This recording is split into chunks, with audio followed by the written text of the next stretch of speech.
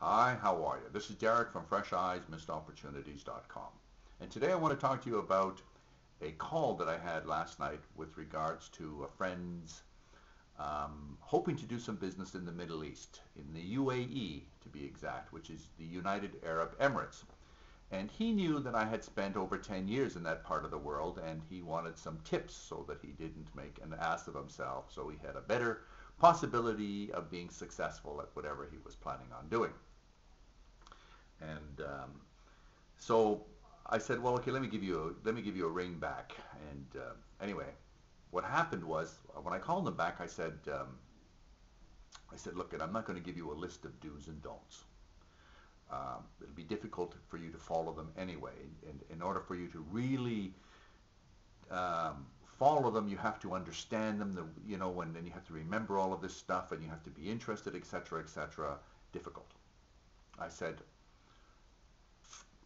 let me give you one broad hint that will encompass everything, and no matter where you go in the world, it will do you good. And that's of course why I'm giving you this also the same tip, hint, whatever it is, right here in this video. And I said that is always think of yourself as a guest. This is very important. Not a guest, where you are comfortable with your host to the extent that you can go into the living room and you can sit on the sofa and put your feet up, where you don't have to worry about taking your shoes off at the door or anything, where you can go down and have breakfast with the family in your underwear. Not to that extent. You want to be to the other extreme, where you're not quite sure. You recognize that you're in an environment that you have no idea about, and that you have to be aware of what's happening. And so you're almost asking permission to do everything to that extent. And what I mean by that is that you have to be like a chameleon. You know, you're like, well, let me give you an example.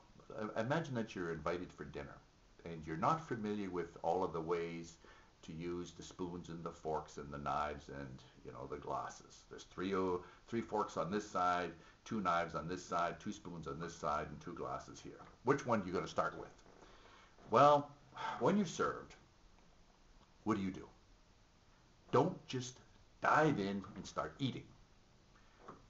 Here's your tip. You sort of look around and you find the person that you think is the most knowledgeable sitting at that table, and you follow that person's lead. Hopefully they're going to start to eat, because if they don't eat, well, you're not going to learn anything, then you go to the next one. But let's just say that they're a regular person and they're there for the food, etc., etc. So you follow a few seconds behind them, and that's what you do.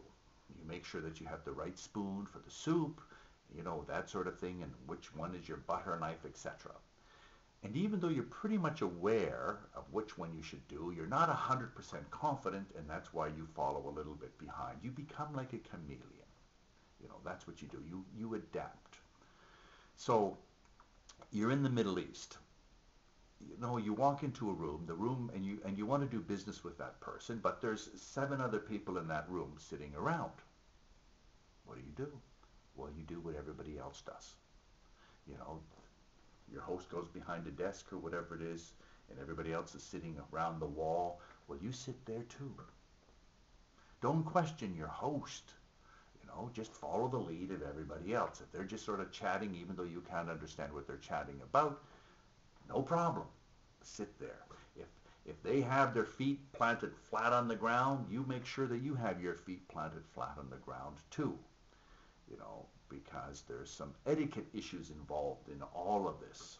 So that's what you want to do. You want to be that exaggerated guest that is aware that you don't know, and your eyes and your ears and your senses are open, are looking for leads, so that you don't make a mistake. Interestingly enough, everywhere you go in the world, cultural-wise that is, there's a different car language in every country. And until you learn that car language, you're better to take a taxi or some sort of public transportation, or have somebody else drive you. That's the same way when you're dealing with people too. So my tip, my advice to this friend was to be that exaggerated guest and never lose sight of the fact that that's what you are. You know, that you are in a different environment, that that their time, how they relate to time, may be different than how you relate to time. So take their lead as an example. Again, you know, you have a 3 o'clock appointment or whatever it is, and you show up and they're not there. Well, don't get all up in arms. And my God, I mean, that reminds me, you know, once I was in Muscat in the Rui Hotel when there were three American oilmen, you know, sort of sitting right close to me. And it was like 5 minutes after 3. And they were already saying, oh, my, it's 5 after 3. What, gee, I wonder what happened to this guy. You know, George, what do you think we should do? And it was amusing because at that time, if you were half a day late, you were on time. I mean, this wasn't a big deal, you know. It's a time issue thing. So just be a good guest, and I promise you, all will go well. This is Derek from FreshEyesMissedOpportunities.com saying thank you very much. You take care now. Talk to you soon.